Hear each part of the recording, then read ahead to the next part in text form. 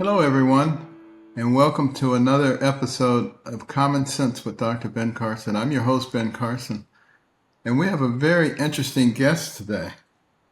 We have Andre Archie, Ph.D., an associate professor of ancient Greek philosophy at Colorado State University.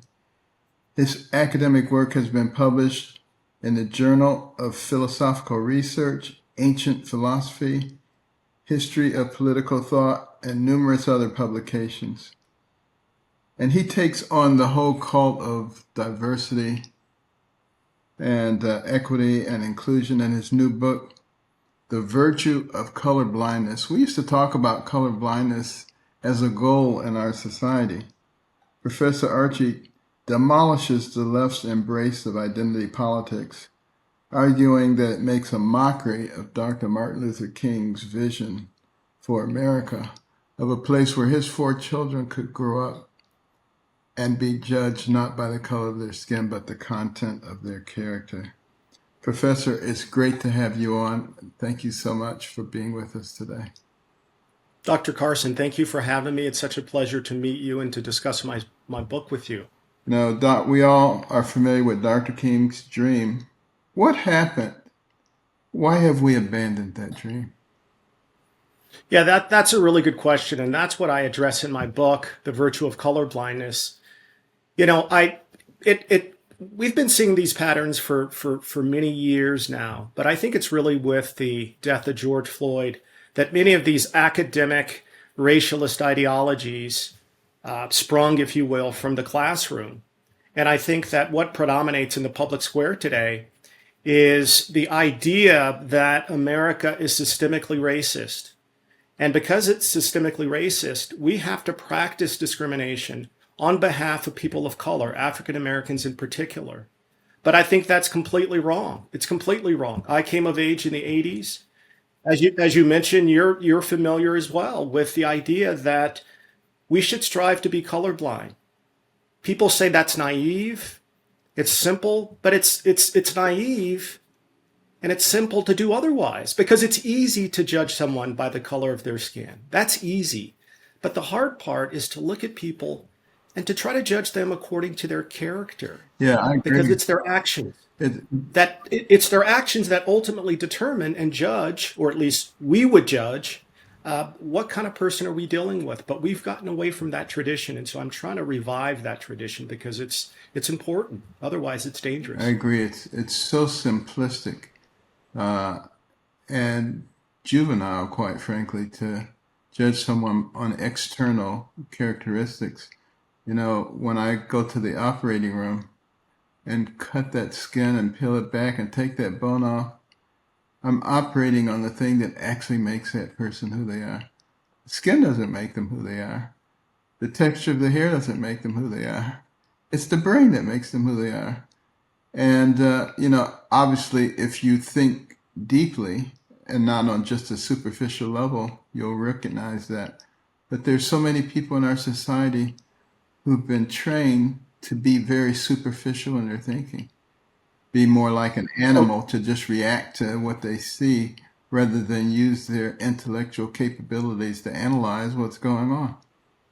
Exactly. And I mean, you're referring to ascriptive qualities, and we've gotten to the point where we're defining people according to those ascriptive qualities. Ascriptive qualities are non-moral. We're born into the world with certain qualities. And so when you look at the Western philosophical tradition, I think it teaches us that these ascriptive qualities, these secondary qualities are insignificant. Again, what matters is character. Character is the locus of moral agency, and we've gotten away from that. And what's really problematic is that our young people of color, African Americans in particular, are being told that their color defines who they are, what they can be. And we know that's not the case. You look at Socrates, Aristotle, that whole tradition, those principles that really inform the founding of our country, that whole tradition says otherwise. Absolutely. But recently, you, we've marginalized those ideas that define us as Americans. Do you think a lot of this is of recent origin, or has this been a goal for some people for quite some time? That's right. I think it's been a goal for quite some time. And what a lot of people don't realize, I think you realize, Dr. Carson, you're aware of this history. In the 19th century, you had debates within the Black community regarding these sorts of issues. You had those who wanted to immigrate to Africa or Liberia or other parts of the world because they felt as if America was truly racist. Now, at that time, there was a case to be made, but these debates regarding assimilation, regarding racialist ideologies, they've been around for a while. But I think what's happened recently is you have a group of individuals who radically want to change America. They recognize that race and our history with race is the soft underbelly of America. And so they address that, they appeal to that, they pick at that to the point of really confusing a lot of people who aren't using their brains regarding our founding principles and who we are as Americans. And so I do think you have ulterior motives of those who raise the voices of many of the people that I discuss. They raise those voices and argue their discussion of race. People like Coates and Kindy and D'Angelo, they argue that those are the true voices of racial reconciliation. And it's just the opposite. They want to take us back. They want to make Americans divided. And this racialist ideology that they promote in the public square is doing just that. It's taking us back. And so we have to get the word out that all of those ideas, DEI, anti-racism, is antithetical to the American project, because the idea of colorblindness is the only way forward in a society as diverse as ours. Otherwise, it's quite dangerous what's to come if we continue down this road. Can you sort of break down for our audience what cultural Marxism means to you? It's happening. It's happening. And in the first couple of chapters of the book, I mentioned someone by the name of Antonio Gramsci, Oh, an yeah. Italian Marxist. And he says the way that you change societies is you go to their leading institutions. And that's where you radically change how a society operates. And this is exactly what we're seeing. And you see it especially when it comes to the family. I think that's sort of the root of many of these changes. If you can break up the family, or at least redefine the family, but beyond recognition, the young do not have the natural strong foundations to stand on, to argue against it, to fight against it. But I think a lot of people are fooled by the fact that people who claim to be speaking on behalf of people of color, they have another agenda. They have ulterior motives. And so what bothers me, and what the book addresses in particular, is that I think Black Americans have been used as pawns in a lot of respects, but also white Americans to a degree, in order to change our society and its institutions. I mean, we no longer know or what a male is, what a female is. Yes. The institution of marriage has been radically revised. And so I think the leading institutions of our society is being subject to a type of Marxism or structuralism, which is the idea that you have these underlying forces that are often economic, but really it's cultural power that's at play. And you have various groups sort of in this power play, and then you have pawns around that power play. And we're the subject of that. As American citizens, we're the subject of that. And so I think that accounts for a lot of the changes that we've seen in our society. And as you said, it's starting to culminate, or it has been culminating. And so I try to get into some of those issues, but I do think that our founding principles can provide a roadmap if we take them seriously, because the way that we deal with identity politics now, it's not effective, because what they're arguing is atavistic. So we need another approach to deal with these racialist ideologies in the public square. Well, your description of pawns is very accurate. People being just moved around and used for someone else's purposes. Vladimir Lenin called them useful idiots That's right. because they don't even recognize that they're destroying their own future and the future of their children. They just run around with signs yelling because someone has told them that this is unjust. And don't believe your eyes and ears. Just listen to me. I'll tell you what you're supposed to think. That's It's right. pretty amazing. But, you know, it's a little bit interesting in our society today. There seems to be a degree of migration in the black community back toward common sense again, back toward analyzing who's actually being helpful and who's using them. And that is somewhat promising to me. Yeah, I would agree with you. I'm sorry to interrupt. I would argue that's certainly the case because I mean we see the results of a lot of the policies that are being enacted on our behalf. And again, I think Exhibit A is the family. I mean, we have editorialists in the New York Times arguing that single parent home should be the standard. Now, of course, I mean, my father wasn't around. I mean, I knew my father, but he wasn't as engaged as a father should be, or as engaged as I am, I would like to think, with my children. Um, but I think I know that having a mother and a father in the home is conducive to flourishing families and flourishing children. So I think that I think a lot in the African American community are starting to realize that what we're being told, at least from those left of center, hasn't quite worked out when you have 70% of black children born into single parent families. I mean, What's really interesting is you have a lot of people talking about the wealth gap between blacks and whites in this country. And it's real. There's no question about it. It's pretty dramatic, actually. But if you look at Nigerians who migrate here, Ghanaians, some other people with black skin who migrate here, there's no wealth gap. And you have to ask yourself, why is that? Well, go into a Nigerian family's home. You'll find that bachelor's degree is the baseline. That's where you start. And there's a tremendous emphasis on family. And if you take a traditional black family in America, where those are values that are important to them, education and family, also, there's very little in the way of wealth gap, if any at all. So maybe people are looking at the wrong thing when they're just looking at the color of the skin. Maybe they should be looking at some other factors when talking about that wealth gap. yeah, Dr. Carson, I mean, I don't understand why more people don't see that. I mean, what you just said seems so commonsensical.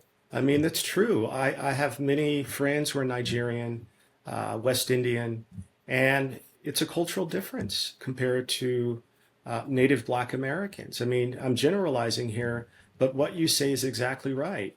And even when you look at places like Harvard, I mean, it's so interesting what happened recently there with the ex-president. Henry Louis Gates, African American professor there. Who was in my In class the, at Yale? I've known him for a oh, he long was in. time. Okay, okay, yeah. So you probably know that him several years back, as well as Lonnie Guinier, I think the late Lonnie Guinier, they talked about how Harvard that students of color are mainly immigrants. They're Africans, they're West Indians, and there was some disgruntlement about that. You don't hear about that much anymore, but it speaks to exactly what you said. There's a cultural difference.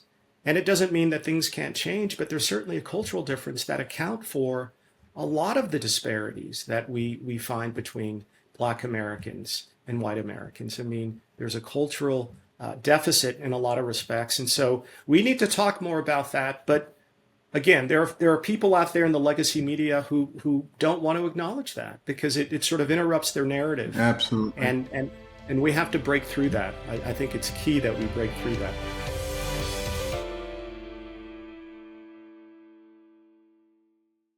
Now we're in a situation where academic institutions, corporate America, Hollywood, just about everybody is embracing DEI, diversity, equity, and inclusion.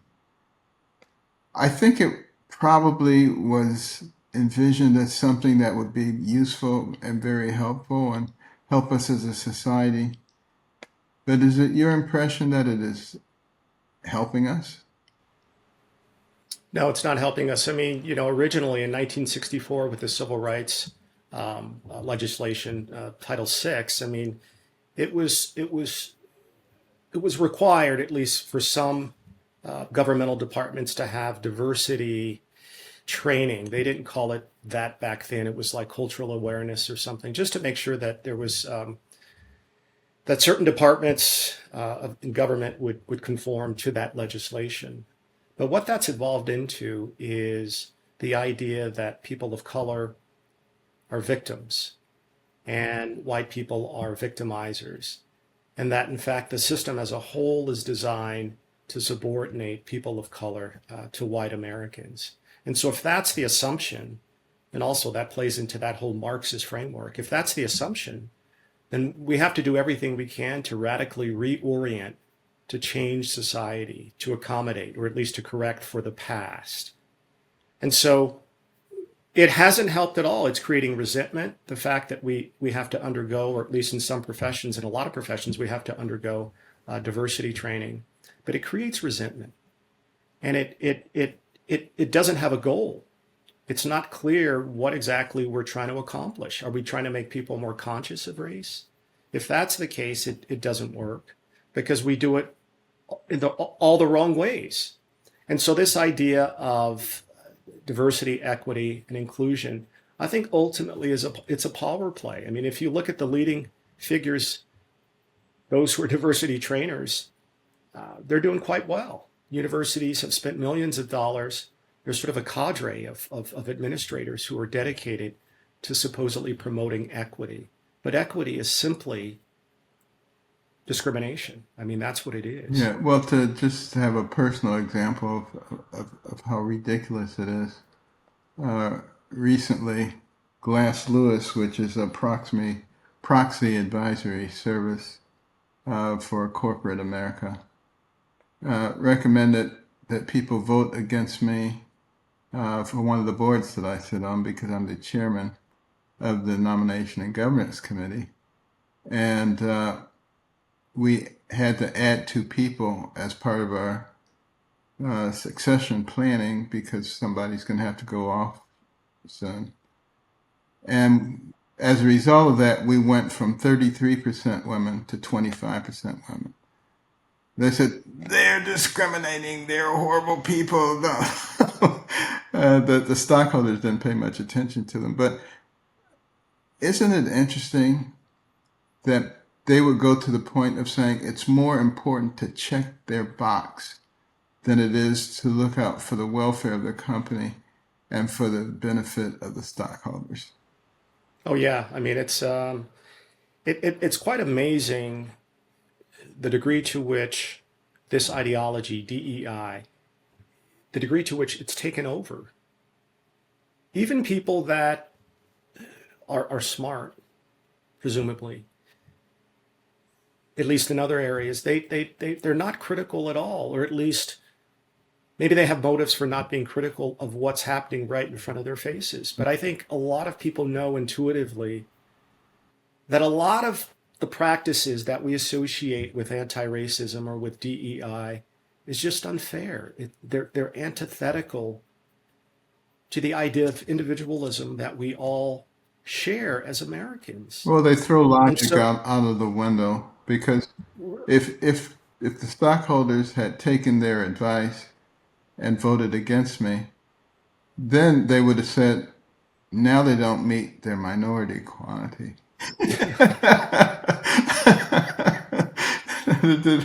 They're just it's almost confused. comical. It's almost comical when you look at Yeah. them. But we're running around in circles trying to check boxes rather than looking at what needs to be done. And it's condescending. I mean, when you think about it, I mean, it's as if, the people on behalf that these policies are being enacted, you would think they have no agency whatsoever. Right. And I mean, the people who supposedly benefit from it, aren't they aware of that? I mean, it's such a condescending It perspective really is. towards a group of people and Americans in general that it's hard to think that things won't change, which I do see signs of things ultimately changing. But things like critical race theory, uh, what what do they see as the long-term benefit of that? I'm not quite sure I understand where they see this being beneficial in the long run. Because as you've Yeah. mentioned, all it does is create resentment and it divides people. And it seems like there are people in our society today who are trying to divide us on the basis of race, age, income, gender, religion, political affiliation, you name it, drive a wedge, divide people. Who benefits from that? I do think, Dr. Carson, I do think that there's a group of people who truly believe that DEI and anti-racism is needed because of what we did to people of color, of Black Americans in particular. I do think there's a group of people who genuinely feel it's warranted. I think those people are completely wrongheaded. And I'm not sure what to do with those people. I mean, in the book, I do refer to a lot of those individuals as useful idiots. Um, so I think that group, they're just confused. And I think there's another group that they have benefited. And I think that's the whole sort of administrative state in which these policies are being enacted. I mean, you look at this administration now, I mean, every policy is aimed towards DEI. And just the rhetoric around that is so condescending. And I can see right through it, but you have people in positions of power who truly believe that the only way to change society, or at least to enact these policies to change society in their direction, is to promote anti-racism DEI. So I think that there's this synergistic play at work in which you have very conscious people doing it for deliberate purposes to change society. And then again, that group of people who think that we all benefit from these policies because our past has been so cruel. Well, when you look back at the things that made this into a great country, which is what American Cornerstone Institute is all about, the institution that I head up, one of the cornerstone principles is community. And that was so important in the development of our country because you had people who were from all kinds of different places, and you'd have a community consisting of 100 families, and there was no other community within 50 or 100 miles. Not only did they survive, but they thrived because they understood the common good. That was a phrase that we used often in the development of our country. What works for everybody? And if it was harvest time and Mr. Jones broke his leg, everybody else harvested his crops. No questions asked. Didn't care what his religion was or what his political affiliation. He was their neighbor. And, one of our other principles, cornerstone, was faith. And our Judeo-Christian values taught us to love your neighbor, not to cancel your neighbor if they have a different yard sign, not to hate them if they don't agree with you on everything. And as we moved away from the various cornerstone principles, it makes room for people who want to divide us, who want to gain power, because it's all about gaining power. And our founders understood that. They studied every government that ever existed, and they concluded that no matter how they start and how lofty their goals are, they all end up the same way, growing, infiltrating, and dominating. And they want to give us a constitution that would keep that from happening in our country. And all of this is sort of aimed at destroying that sense of community that helped to make us into an incredibly strong country. But one of the things I want to ask you about, and you talk about this in the Virtue of Color-Blindness, is the amazing progress that has actually been made in the black community. I mean, I remember as a young child going to Tennessee and seeing the colored and white only signs over the drinking fountains, and people explaining to me, you have to do this, you have to do this, is not Detroit. But in the same lifetime, we have black admirals and generals and CEOs of Fortune 500 companies and heads of foundations and university presidents. We've had a black president of the United States. I mean, for those people on the left who say we haven't really made any progress, what are they drinking? Why do you think they continue to insist that we're not making any progress and that things are just as horrible as they've ever been? Yeah, no, I agree with you, and we've made tremendous progress, especially when you look at sort of the beginnings, our origins on these shores. I think it's amazing, and the family itself has been a sort of a bulwark against many of the forces that have been against us in the past, and so um, it doesn't make any sense why, or at least I have some ideas why, but it wouldn't seem to make any sense that they would argue this way. But getting back really quickly to your first point earlier, you know, you were describing civic republicanism, the idea that these sort of intermediate institutions like community um, brought us together at one time, and that's sort of an animating tradition that continues to do exactly what the founders intended, which is to have this common narrative that we can appeal to, even beyond our particularities of race or religion. There are these common core beliefs, these cornerstones that you mentioned. So that idea of civic republicanism being engaged is quite animating, and that's exactly what I appealed to in the book. And so tying that to what we were just talking about, um, it doesn't make any sense to me at all, other than to say there are those who have ulterior motives in terms of saying things haven't changed from the past for many people of color. I think that's the only way that we can justify that sort of claim. I mean, they have some other ulterior motive, and blacks are sort of construed, people of color are sort of construed as pawns, as I mentioned.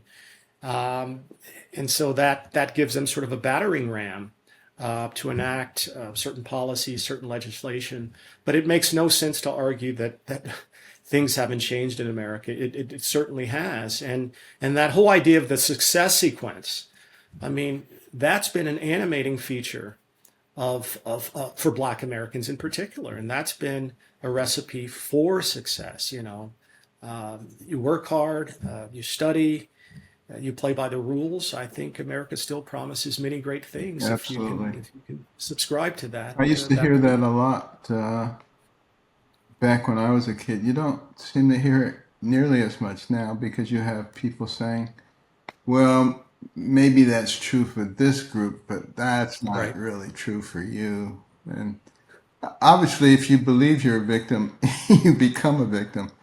And, Exactly. I think it's fascinating. Uh, People who see racism and everything, no matter what you say to them, see, I told you you're racist. And no matter what you do, you're doing that because you're racist, because that's what they're looking for. That's And, right. That's right. my mother always emphasized to us, you know, even if somebody is racist, that doesn't have to control you. You're the person who controls yourself. And, she made us read books. And we didn't like it much at first, but as you started reading about explorers and surgeons and scientists and inventors, you begin to understand that the person who has the most to do with what happens to you is you. It's not That's right. somebody else. It's not some barrier that they put up. It's you and how you react. And once I understood that, I just kind of threw all of that garbage in the garbage can. When people say you can't do this and you can't do that, and it's just like, I said, maybe you can't do it. You can't tell me what I can do. And this is the attitude that we need to instill in our young people, and particularly our young black males, because as many studies have shown, because so few of them grow up in traditional nuclear families with that male presence and that role model, they're at an enormous disadvantage. That's right. And That's right. now the rest of society is catching up because the nuclear family is breaking down all over the place, and you're starting to see the same kind of problems. And if we were observant, we would look at some of the things like the studies done by the Brookings Institute on poverty, the success sequence there. Less than a 3% chance of living in poverty if you finish high school, get a job, wait till you're married to have children. Do those things, less than a 3% chance that you'll live in poverty. Why don't we do that? It's so simple. I don't understand it. Yeah, no, it is very simple. And as I point out in the book, I think Black Americans deserve to be very confident. I mean, we've come far. We've worked hard. We've been successful. I mean, if any group should be confident, even cocky, I think Black Americans should. I think we have a lot to be proud of. But I think lately, this idea or this anti-success sequence is doing a lot of damage. When you tell young children that they're not in control of their fate because the system is stacked against them, what exactly are you doing? That's a type of child abuse. And I do think for Black males in particular, as you mentioned, Brad Wilcox as well, University of Virginia, the Marriage Project, he shows that, there's a structure that especially benefits Black males with families with fathers, right? And so, and again, not all families can have nuclear families, right? Not all families can be nuclear families.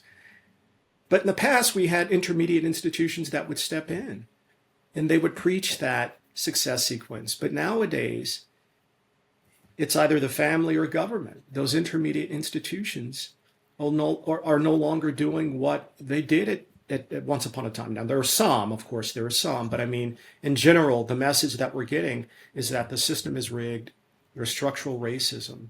And so we need government in order to correct the past. And I think it's just the opposite. And that does a lot of damage to both our society and to the young. Well, you've hit on the crux of the matter. What is America? America was a place that was supposed to be of, by, and for the people. And there is a group now who wants it to be of, by, and for the government. That's the essential difference between us and other places.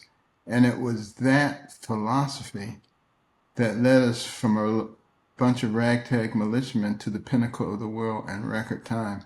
It was not a coincidence. It was because of the belief systems that we had. This is not to say that we were a perfect country. It's not to say that we did everything correctly, because we didn't. We have people who inhabit the country, and therefore you're going to have mistakes made. And some people say, how can you say anything good about America because America had slavery?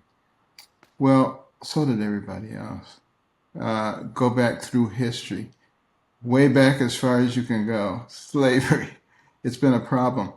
That is not something that makes us unique because we had slavery. What makes us unique is that, as far as I know, we're the only country that fought a bloody civil war to get rid of the evil institution and lost a large portion of our population because so many people were vehemently opposed to it.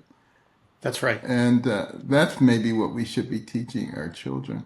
And we should learn from our mistakes and move forward. Is so vitally important. But as we close, I just want to ask you, as a successful Black American, what advice would you give to younger generations who believe they're being oppressed by systemic racism? I would say that, first of all, look at our past. Look how far we've come as Black Americans. I would say that if that individual, that young person, if they study, if they work hard, if they put effort into what it is that they take joy in, they're going to be successful in their lives. It doesn't promise perhaps lots of money. Maybe that'll come along with it, but it will make possible a flourishing life and ultimately happiness. I mean, ultimately, that's what our project, the American project, is about, is to be happy and to flourish. And so I would say this idea of systemic racism, it's not true. There are racists, sure, but the idea that the whole system is rigged against you, it's not true. And if you put forth effort, you'll start to see the rewards of your effort. So I think that young children, what we should teach them is that if they express and if they act in their God-given capabilities, they'll flourish and they'll be happy within their circumstances. And that's all that we can promise. I mean, but that's a lot. That is a tremendous amount. Well, I just want to thank you for, investing time in this project, for writing this book. And don't forget to go out and get this book, The Virtue of Color-Blindness. Now, we can be a colorblind society. We can move past the superficial. We can get into the deep. We can get into what makes a person who we are. And we can reestablish a sense of community. We are not enemies. W-A-N-E, wane. Wax and wane. It's time to wane in terms of all of this animosity that exists in our society and move forward. We create our own problems. The vast majority of issues that are going on in our country are self-inflicted wounds. We need to pray for wisdom. We need to act as logical people once again, not let ideology control what we're doing. And I think we'll be just fine if we do that. And that will be a tremendous blessing for the world because they need leadership too. So, Professor, thank you so much for what you're doing. I'll look forward to actually meeting you on the road one of these days. And Dr. Carson, thank you for having me. I mean, you're a good American. I admire you, and I appreciate you inviting me onto your show. Thank you so much. Alrighty. And I'll be right back with my closing thoughts in 1 minute.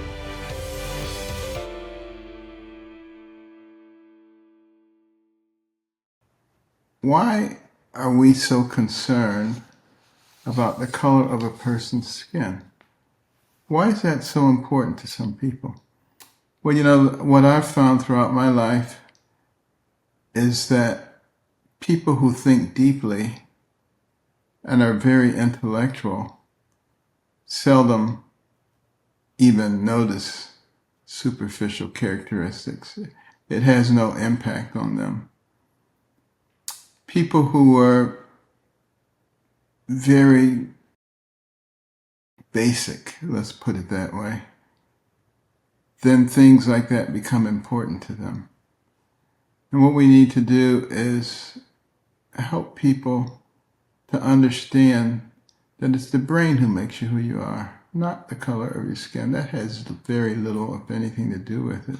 Isn't it interesting, for instance, you take somebody from Japan who's grown up in London with a London family. They speak with a British accent. They have British customs. It has a lot more to do with where they were brought up than the color of their skin or the shape of their eyes. And we need to understand that, particularly in a country like America, where we have a diversity of people. And that's actually a blessing. Can you imagine how boring it would be if everybody looked exactly like you? That'd be terrible. It'd be a disaster in some cases.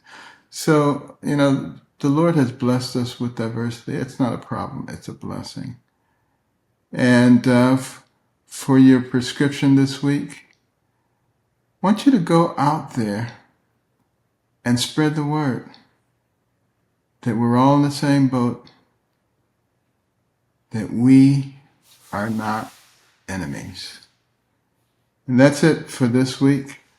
And make sure you subscribe for free, Apple Podcasts, Stitcher, Spotify, wherever you get your podcast from. Rate us, review us, tell your friends about us, because we have to make common sense common once again. And remember the cornerstones: faith, liberty, community, and life. See you next week.